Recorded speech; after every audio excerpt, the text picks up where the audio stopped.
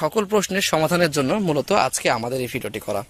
দেখতে পাচ্ছেন প্রায় প্রতিটা গাছেই ফল, নতুন কুড়ি, নতুন শাখা প্রশাখার সাথে ফল বের হচ্ছে প্রত্যেকটা গাছেই।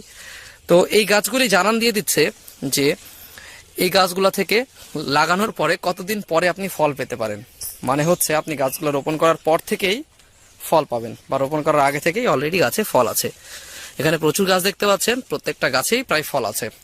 তাছাড়া আরেকটা জিনিসের জানান দিচ্ছে, সেটা হচ্ছে এই গাছগুলোর জাত নিয়ে। মিশরীয় ডুমুরের কিন্তু অনেক জাত থাকে, তার মধ্যে এটি একটি, বা 3 ফলের অনেক জাত, তার মধ্যে এটি একটি, এবং এই জাতটি খুবই ভালো।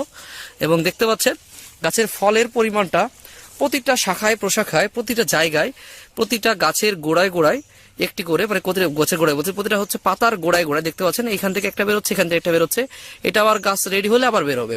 মানে প্রতিটা জায়গা থেকেই একটা একটা করে ফল বেরোচ্ছে। তার মানে এই গাছগুলি যথেষ্ট